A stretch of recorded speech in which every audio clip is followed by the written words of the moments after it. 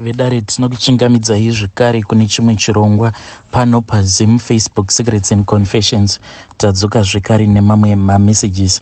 Regedzai tibva tapinda mumamessages edu atadzoka takakubatirai. Message yedu yekutanga yakamira sekudai so: hanzi makadi zvenyu mukomanashi, ndinokumbirawo kuti munge muchindiposterawo nyaya yangu, asi please postai nyaya yangu iyi makaviga chitupa changu. Inini mukoma ndiri kurarama ndiri kuno kumberi kwemakungwa, saka ndauyawo pano just asking for any kind of advice that you can give me. Nyaya yangu yakamira sekudai so: I was once married, saka ndakabva ndazosangana nema-challenges mumarriage mangu. Ma-challenges ekuti I found it to be very difficult to forgive my husband. Murume wangu iye ndiye akatanga kuya kunoku kumhiri kwemakungwa, ende ndikangoti Mwari, shuwa Mwari vakandichengetedza, because paakauya kunoku akabva azotanga kuita zveunhubu, akabva azotanga kudanana nemastrippers, achirara nemastrippers, kuzonosvika achizonobatwa nechirwere cheHIV. Ndakazoti ndauya kuno, iye munhu haana kana kumbogara akandiudza kuti ainge ava kutonwa mapiritsi eHIV. One day mukoma ndakatoti ndichitoklina zvangu mumba, hameno chakangondipawo pfungwa dzekuti ndimbovhendenyura. Ndakati ndavhendenyura mukoma, I then found this other pill. It was a very big pill. Zvekare ndikazosangana naro piritsi iri mumotikari make. When I did a Google image search, ikabva yangoita cross reference yekuti image picture racho randainge ndatora, the image it was of a pill, mapiritsi aya anonwiwa nevanhu vari pachirongwa. I was really hurt and heartbroken. Ndakamumirira kuzosvika achizobva kubasa. We had a very big fight. Iye ndokubva azondikumbira ruregerero. Akati andikumbira ruregerero kudaro, but still I could not forgive him. Takatombozama kuti tinge tichiyananiswa nanatete vari kunokuwo kumhiri kwemakungwa, but ndikabva ndati tete, this is an unforgivable sin.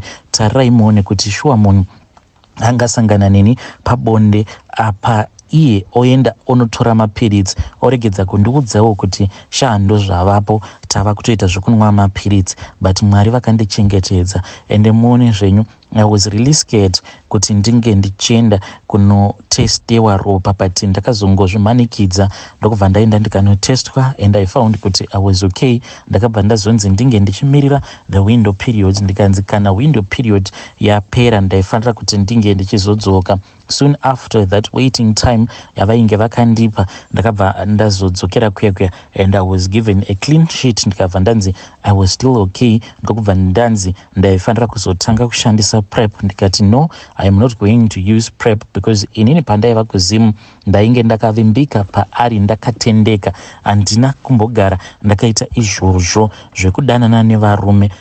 And it is not even like ndainge ndisina vanhu vainge vachitoya kwandiri vachindipfimba. Ndaitoiswa pamiedzo iya yekuti panapa kana ndikangogara ndatsvedza uchitonzwa kuti ya panapa ndava kuda munhurume. And the guys that used to come to me uchitoona kutoti ya apa paita zvemurume. But I told myself that I am going to wait for my husband, but munhu he was busy zvake nemastrippers kunoku kumhiri kwemakungwa. I then sought for a divorce. After the divorce, inini ndikabva ndamove out nevana, iye akabva azosara, ndokubva azoenderera mberi neupenyu hwake. I was so much heartbroken because ndakazombozamawo kutiitawo vamwe varume vari kunoku, but most of them izvi zvemarriage kana kuri kunzi kufara here, kufara unotomuwana munhu wekufara naye. Ivo vanongotozviudza kuti as long as you are having intercourse, that is what they call love. But inini I was looking for something that is serious. Varume vekuZim vari kunoku kuchando mukoma havarori totally. Ivo they enjoy that bachelor life yekuti nhasi akecha uyu, mangwana ana uyu. Havadi kuita iya yavanoti settling down. They just threw that idea down the drain. They just want to be bachelors, to enjoy their lives. Saka I quickly learned the hard way. After ndaendeswa kumasleep over nevarume vakasiyana-siyana, munhu achitokupromisa zvikuru, but soon after sleeping with you, munhu obva atanga kukuudza kuti you are too controlling. Izvi zvemarriage we need to plan it maybe 7 years down the line, apa ndichitarira makore angu ndikaona kuti when I am going to settle down 7 years down the line ndinenge ndatokura ka apa inini I am someone that wants a stable home and I wanted a man since I am now a single mother. Ndakazviudza kuti vana vangu ava vakomana, they need to at least have a father figure in their life, because kana ndikangozviudza kuti as a single mom ipapo panoti netsei, mwana mukomana anongoda a father figure in his life to give him guidance. So mukoma ndakabva ndagoramba ndichingotsvaga then pane pamwe pandakazodzoka kumba. Ndakati ndadzoka kumba, there was this other old classmate of mine. When I saw him mukoma ndakamunzwira tsitsi because ainge atori pa next door pedu, ainge achitorova zvitina aripo pa next door. I then approached him mukoma ndokubva tatanga kutaura and I asked him about his life, what was going on with his life, because I thought kuti sezvo ainge ari munhu ainge ari highly intelligent, he was going to be better off in life. But takakurukura, iye akabva azondiudza kuti akamboenda kuSouth Africa uko ndokubva azonororeswa ikoko kuSouth Africa, but mukadzi wacho ainge ari wekunoko kuZimu.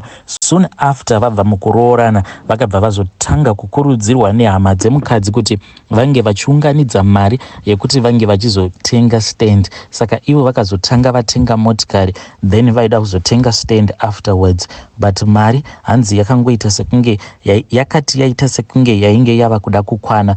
Mukadzi ndokubva angotiza pamba kutoti mukadzi hama dzose dzainge dzichingoti munhu wako hatisi kuziva kwaari. Izvo munhu ainge atodzoka kunoku kuZimu ndokubva atotenga zvake stand, but kwavo kumaruzevha ekwavo. So I felt depressed and I felt sad for this guy, kuti this guy who used to be so intelligent zvekutoti in our class ndiye munhu aitombopiwa manotes ekuti ange achizotinyorera paboard, even homework taitoti kana tikatadza iye ndiye aitotiitira macorrections. Now he was ainge ari zvake pachuru achitimbana nacho churu, and he was just making those farm bricks. Mukoma, I can say kuti pandakati ndakamutarisa kudaro, I felt my heart skipping a bit for him. Ndokubva tataura tikataura. I then gave him my number, inini ndikabva ndazouya kuno kuku UK. Iyo as a man akazongosvikawo pakungondipfimba, and I gladly accepted, and I then started taking care of him. Saka iye ariko kuZimu, inini ndiri kunoku kuchando kunoku. Dambudziko ravapo mukomanashe nderekuti iye ava kunditi nguva yacho yarebesa, can you please come back. Ndainge ndakambodzokera kumusha. Pandakadzokera kumusha takangoita bonde only one night, then I had to sort out some things. Saka iye ari kuti nguva yacho yareba, as a man haachakwanisi kungoramba akandimirira, ari kuti ndisunungure, but inini I love him. Ndanga ndichiri kuda kumboona kuti is he honest before I bring him over kuno kukuchando as a visitor. Please give me advice. Should I now make this hasty decision yekuti ndinge ndichingomuvinzawo kuno kukuchando? Am I punishing him? Iye ndo zvaari kutaura kuti you are now punishing me, nguva yareba. Can you please make a plan kana uchindida ndinge ndichiuyawo ikoko so that I can be with you. So mukoma, ndangoyawo padare renyu and I am asking for advice. Should I make this hasty decision ndotanga kumuprocessera mapepa, or should I go back home so that I can be with him? Pamakore ose awa atadanana handina hangu chinhu chakashata chekuti ndingakwanisa pointer my finger at. He has been genuine since that day that he proposed love to me, because I have actually told my sisters to track him down, ndichifungidzira kuti zvimwe kuda one day ndichamubatawo, my sisters angu achamubatawo aine girlfriend, but each and every time when they go and knock on his doorstep anenge angori oga. So please assist me. Must I make this decision or should I wait? Inini ndanga ndichiti ndombomisa pamuyedzo obva amboenda obva anosejusiwa nemuning'ina wangu, then I'll see if he is going to accept. Kana akarara nemuning'ina wangu, then I will know kuti he is not an honest guy, but kana akakurira miyedzo yacho, then I will take it from there. Is this too much of a punishment? Should I take him or should I continue tempting him? Hai, vedare ndo message iyo yandakatumidzirwa ichibva kuna vahanzvadzi vedu. Hanzi punishment iyi yandiri kumupa, is it just too much? Am I tempting him too much? Because iye ari kuti makore awandisa, ndava kunzwawo kudawo munhukadzi padivi pangu, but I have not yet made a decision yekuti ndomuunza kunoko here kuchando kana kuti ndombomusiya ariko kuzimu whilst I am studying him. Pakaipa. And I don't think kuti yekumusejusa it is a good idea ine, because nemakore ose awa amuri kuti makangosangana pabonde ka1 then you left him kuzimu, now mava kuda kuti munin'ina wenyu ange achienda kunomusejusa. What if munin'ina akamusejusa then they fall in love? What is going to happen vanzvadzi? Ini ndongoona sekunge torai munhu wenyu, munhu anongochinja even if akatanga ari right, but munhu anokwanisa kuzongokuchinjira avako kuchando ikoko. So if you trust him enough, just process the papers over auya ikoko, then you can enjoy your love. Kana kuri kunziwo unenge uri kudiaspora, if you are in a long distance relationship, you can come with your story to my inbox, then I will share your own story on this platform. Regedzai tibva taenda panyaya yedu inotevera. Zvakangooma hazvo veduwe. Hanzi makadii zvenyu mukomanashi, ndinokumbirawo kuti munge muchindiposterawo nyaya yangu makaviga chitupa changu. Inini mukoma ndakaendawo kune vamwe sekuru ava vanogara kumhondoro uko. Ndakati ndaendako ikoko, sekuru ava vakabva vati ivo vaikwanisa kuti vange vachindiitira iyo yavanoti instant money, and zveshuwa instant money iyi ndakatoiitirwa mukoma, but now zvinhu zvacho manje zvava kufofita.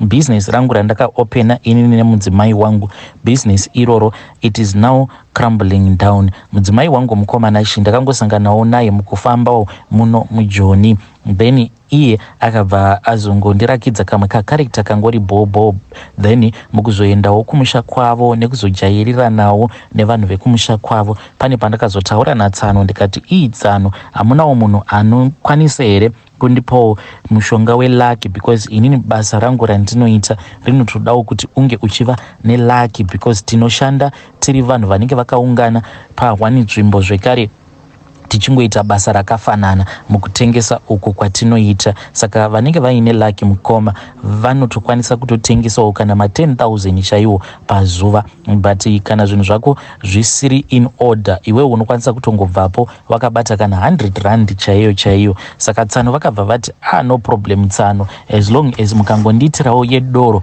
zvose ndinozvigadzirisa. Saka ndakazoti ndadzokera kumusha kwana madam, inini namadam ndokubva taenda tikanogara zvedu kumba kwevamwe Tsano ava ndo vakazofamba neni. Zonofamba takasvika kungezi mukoma, ndokubva tazoona vamwe sekuru ava vakandipa malucky bin. Ndakapiwa malucky bin anokwana iwo kuita 4. Ndikabva ndanzi ndaifanira kuti ndinge ndichizonomadyara pamba pevana vazukuru vangu, vana vehanzvadzi dzangu, ende zvose izvi ndaifanira kuti ndinge ndichizviita but ndisazoonekwa. Ndaifanira kuti kana ndadyara lucky bin iya pamba pemuzukuru, ndaifanira kuzosiya ndaidiridzira. Vazukuru vangu vose ava mukoma vandakasarudza vose vanasikana vakaroorwa. Umwe wacho anotogara kumasebhabhu uko mukoma, ndiye wandakazopedzisira naye. Zvandakaita mukoma, ndakati ndichibvako kungezi vadzimai ndokubva ndavasiya, ndikabva ndatanga kushanyira vana ava vehanzvadzi yangu, vazukuru vangu ava 1 by 1 ndiine malucky bin angu iwayo. Ndaiti pamba pemuzukuru apo pandinenge ndasvika, ndaizoti paya patinenge tigere zvedu panze kana ndazoitirwa zvokudya, ndaibva ndazongochera chikomba pasi vanhu vasina kunditarisa,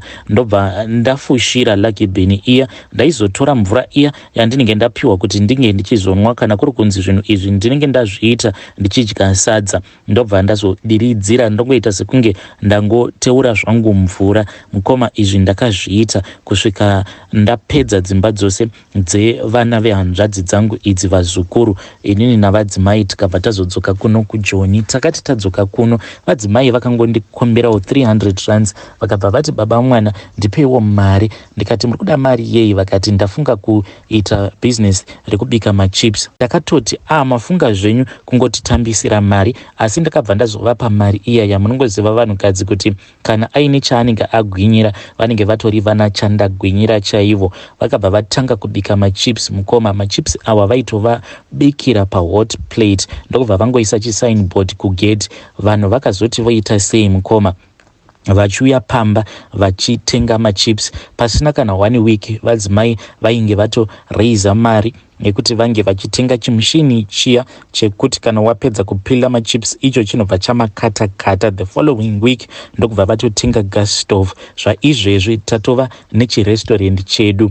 Ende restaurant iyi mukoma yakazotokura zvekuti panext door pacho pakabva pazoita vacant, ndokubva tazongotanga zvekare chimwe chishop imomo.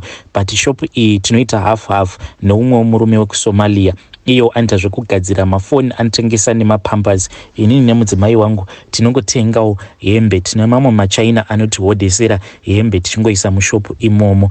Pose apa mukoma Nashe business rainge richifaya. Saka handisi kuziva kuti pakati pevazukuru ava vazukuru ndianiko akazotiitira chifinhu, because isusu takazongoudzwa kuti pane muzukuru akazofamba akabva azoenda akanonamatirwa, ndokubva azouya napasta vake vakabva vazofukunura Lucky Bean. But pasta ava hapana chavakaona mumweya, vakangoona kuti pamba apa painge paine zvainge zvakachererwapo, but zvinhu zvakazotoitika few years later. Pari zvino mwana uyo, pari zvino muzukuru wekupedzisira wandichiri kushandisa ndeuyo wandakazogumisidzira kunocherera Lucky Bean ichi pamba pake. Ndiye wandichiri kushandisa, ndiye anoita bonde nechikwambo chacho icho chatakapiwa kungezi uko. Icho every night chinotoenda chonoita bonde naye, zvinokonzeresa kuti iye nemurume wake vasazogona kuita bonde. Chinopedza simba.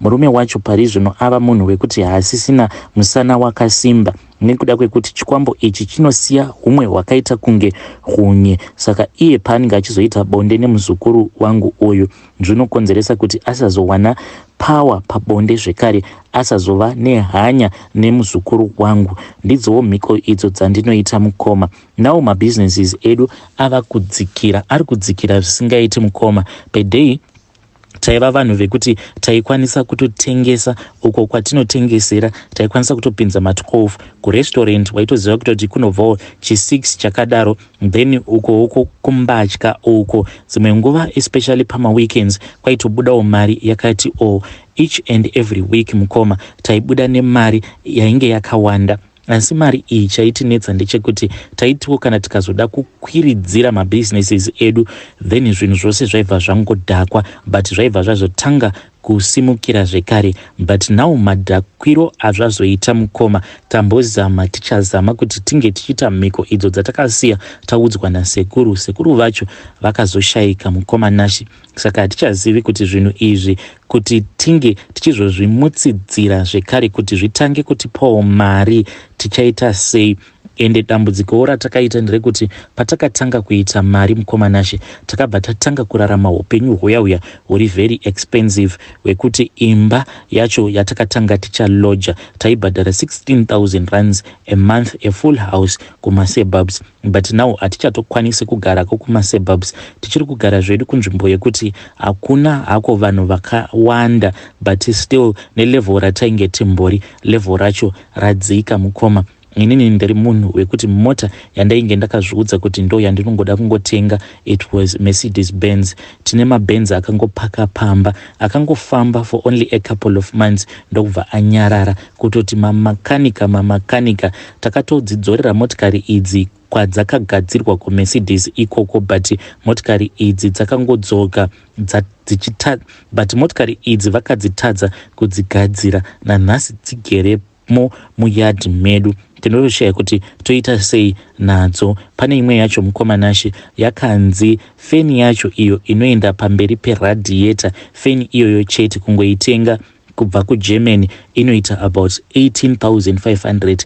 This is before majuti nemashipping cost. Saka takazongosiyana nazvo. Apa tava kungoraramawo upenyu huya hwekiya zvekutoti mumba chaimo mukoma tinotomboshaya chokudya, but yet tiri vanhu vane mashops avo. Hey, vedare ndo message iyo yandakatumidzirwa ichibva kuna mukoma vedu. Ndakavabvunza mukoma ndikati, saka mukoma muri kufungei nenyaya yenyu iyi, mafunga kuti moita sei? Mukoma vakabva vati, zvikanyanya kunetsa mukoma Nashe, I will be left with no choice. Zvandinenge ndava kutoita ndezvekutoti it's either ndichafamba ndiri ndoga vadzimai vasingazvizivi, kana kuri kunzi panodiwa sacrifice, ndinenge ndotongoita sacrifice in secret, vadzimai vasingazvizivi, just in case kana zvikanzi panodiwa ropa ravo ivo vadzimai vangu, kana kuti zvikazonzi panodiwa ropa rangu, ndenda kufanira kuita plan yekuti ndizozvichinja zvinhu izvi. It's either ivo madhamu vangu ndo vanozongodyiwa netsananguro. Zvakangooma hazvo veduwe, asi ngatitaure navo mucomment section. Anzi malucky bin iwawo awo andakacherera akafukunurwa napastor. Kubva zvavakanamatira muzukuru wangu pastor ava, zvinhu zvangu zvakabva zvadhakwa. Strange things do happen in this world.